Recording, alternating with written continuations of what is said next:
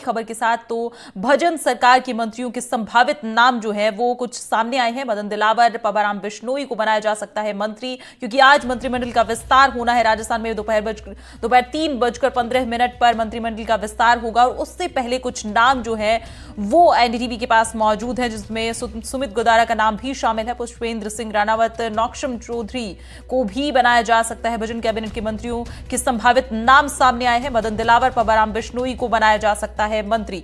तो ये कुछ संभावित नाम है, क्योंकि आज दोपहर बाद 3:15 पर मंत्रियों का शपथ ग्रहण समारोह होना है, जिसका इनवाइट भेजा जा चुका है और निमंत्रण पत्रिका भेजी जा चुकी है। लेकिन बड़ा सवाल यही बना हुआ है कि कौन से वो नाम होंगे जो मंत्रिमंडल में हमें दिखाई देंगे और किसको कौन सा विभाग आवंटित किया जाएगा। लेकिन इस वक्त की बड़ी खबर यही है कि भजन कैबिनेट के संभावितों के कुछ नाम जो हैं वो सामने हैं और फाइनल नाम तो हो चुके हैं, लेकिन हमारे पास मदन दिलावर से लेकर सुमित चौधरी और पुष्पेंद्र सिंह राणावत, नौक्षम चौधरी को भी बनाया जा सकता है मंत्री। ये अपडेट है। एनडीटीवी को मिली जानकारी के मुताबिक आपको बता दें कि ये जो नाम है ये संभावित नाम शामिल हो सकते हैं मंत्रिमंडल में। पुष्पेंद्र सिंह राणावत, नौक्षम चौधरी को भी जोड़ा जा सकता है, बनाया जा सकता है मंत्री। भजन कैबिनेट के संभावितों के नाम मदन दिलावर, पबाराम बिश्नोई को भी बनाया जा सकता है मंत्री।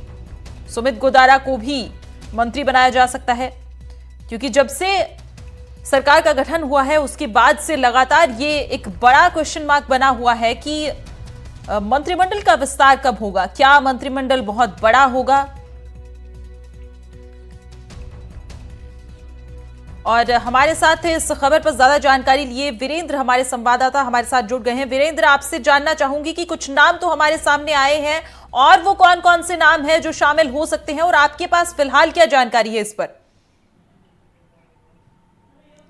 देखिए, मैं आपको बताना चाहूँगा कि जो राजस्थान के जो कह सकते हैं कि जो नई भजन लाल सरकार बनी है उसका जो पूरी टीम है, जो मंत्रिमंडल है, उसकी जो 3:15 पे जो पूरा ये जो कार्यक्रम रखा गया है ये राजभवन के अंदर है और इसके अंदर 20 से कह सकते हैं कि 25 जो विधायक है वो मंत्री के पद की शपथ लेंगे। इसके अलावा अभी हम बीजेपी कार्यालय के अंदर मौजूद हैं, आप देख सकते हैं कि तमाम जो कार्यकर्ता हैं वो यहाँ पहुँच रहे हैं।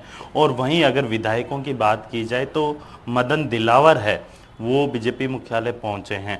तो जो अगर अन्य विधायकों की बात की जाए तो पूरे जो लगभग जो बीजेपी के 111 जो विधायक हैं उनमें से 80 विधायक हैं, उनके जो रुकने की व्यवस्था की गई है। बीजेपी के जो कह सकते हैं कि जो विधायक आवास है अरावली, जो अपार्टमेंट है, वहाँ पे 80 से अधिक विधायकों को वहाँ पे रोका गया है। और जो कह सकते हैं कि मंत्रिमंडल के विस्तार से पहले या शपथ से पहले इन मंत्रियों के साथ मुलाकात की जाएगी। जो कह सकते हैं कि जो संगठन के महामंत्री हैं चंद्रशेखर जी और उनके द्वारा जो आगे जो पार्टी के जो शीर्ष नेता हैं उनके द्वारा ये जो कह सकते हैं कि उनसे चर्चा की जाएगी और उसके बाद तमाम जो विधायक हैं वो राजभवन पहुंचेंगे और राजभवन में वो शपथ लेंगे। जी वीरेंद्र, कुछ नाम तो हमारे सामने आए हैं, जैसे पबाराम बिश्नोई हो गया, सुमित गोदारा, ये कुछ नाम हमारे सामने आए हैं। लेकिन आपके पास क्या जानकारी है कि कौन से और वो नाम हो सकते हैं जो मंत्रिमंडल में शामिल होंगे और किस तरह का कॉम्बिनेशन देखने को मिलेगा?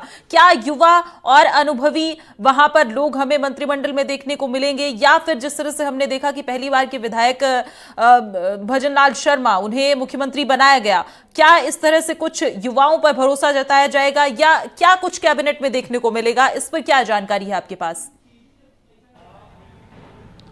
देखिए, मैं आपको बताना चाहूँगा कि जो राजस्थान के अंदर जो भजन लाल सरकार के मंत्रिमंडल में जो जो विधायक शामिल होंगे उसके अंदर युवा चेहरे तो होंगे होंगे, इसके अलावा तजुर्बे वाले, यानी जो पहले भी कह सकते हैं कि मंत्री पद पे रहे हैं या फिर कह सकते हैं कि जो उन्हें सरकार के अंदर काम करने का तजुर्बा है उनको तरजीह दी जाने वाली है।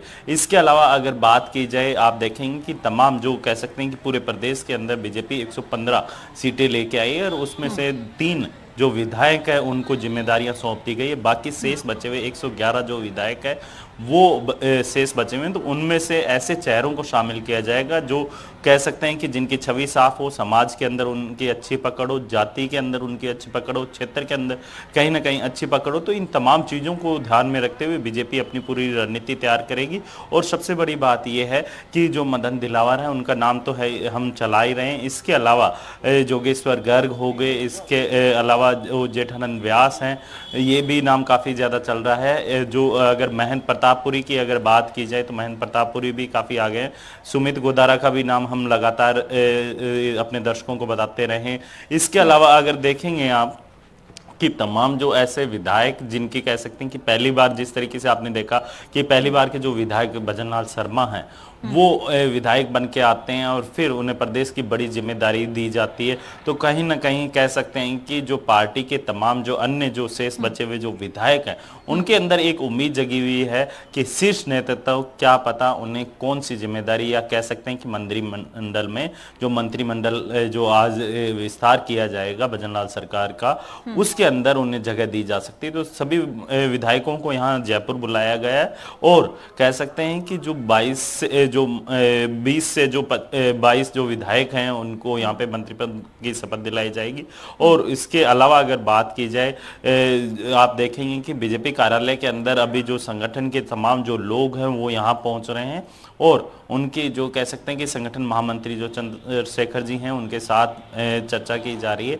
और कह सकते हैं कि जो ये पूरा मंत्री परिषद को लेकर लगातार कयास भी लगाए जा रहे थे कि काफ़ी देरी हो रही है, देरी की वजह क्या रही है। तो इन तमाम पहलुओं को देखते हुए, क्योंकि हर एंगल को देखते हुए बीजेपी अपनी पूरी रणनीति तैयार कर रही है और आगामी जो लोकसभा चुनाव है 2024 में किस तरीके से राजस्थान की जो 25 सीटें हैं उन पे बीजेपी फतेह हासिल कर सके। जी वीरेंद्र, और एक सवाल और मेरा आपसे है कि क्योंकि कुछ नाम तो हम हमारे दर्शकों को लगातार बता ही रहे हैं, चाहे वो सुमित गोदारा हो, चाहे वो नौक्षम चौधरी हो या बाकी नाम हो, इसके अलावा क्या आपने वो सूची देखी है, ये हमारे दर्शकों को बताइए जिसमें बाकी नाम शामिल हैं। और एक चीज ये भी हमारे दर्शकों को बताइए कि जो नाम फाइनल होंगे या जो मंत्रिमंडल में आएंगे नाम, उनको मंत्रिमंडल में चुने जाने के पीछे क्या विजन रहेगा पार्टी का या क्या वजह रहेगी।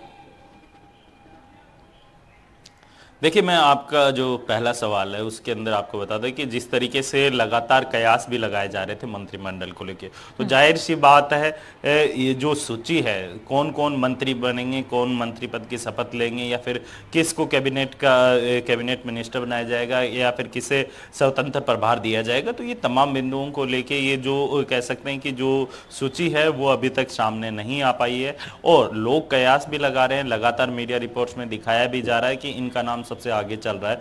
तो एक बात साफ है कि जिस तरीके से पार्टी जो बीजेपी है वो अनुशासन वाली पार्टी कही जाती है और इसके अंदर कह सकते हैं कि आपने देखा होगा कि अगर मैं पिछले 20 साल की बात करूं तो 20 साल के बाद एक बार फिर नेतृत्व बदलता हुआ दिखाई दे रहा है। और इस बार नेतृत्व भजनलाल जो कि पहली बार के विधायक हैं उन्हें मुख्यमंत्री के पद पे बिठाया गया है शीर्ष नेतृत्व के द्वारा। तो तमाम ऐसी चीजें हैं, हर चीज को ध्यान में रखते हुए बीजेपी ये पूरी रणनीति तैयार कर रही है। और वहीं अगर बात की जाए जो ये मंत्री परिषद के अंदर तमाम जो लोग शामिल होंगे वो इस चीज का ध्यान रखा जाएगा शीर्ष नेतृत्व के द्वारा, क्योंकि राजस्थान ही नहीं जो लोकसभा चुनाव होने, राजस्थान के अंदर कुल 25 लोकसभा सीटें। जी वीरेंद्र जी, आपका तमाम जानकारियों के लिए बहुत शुक्रिया।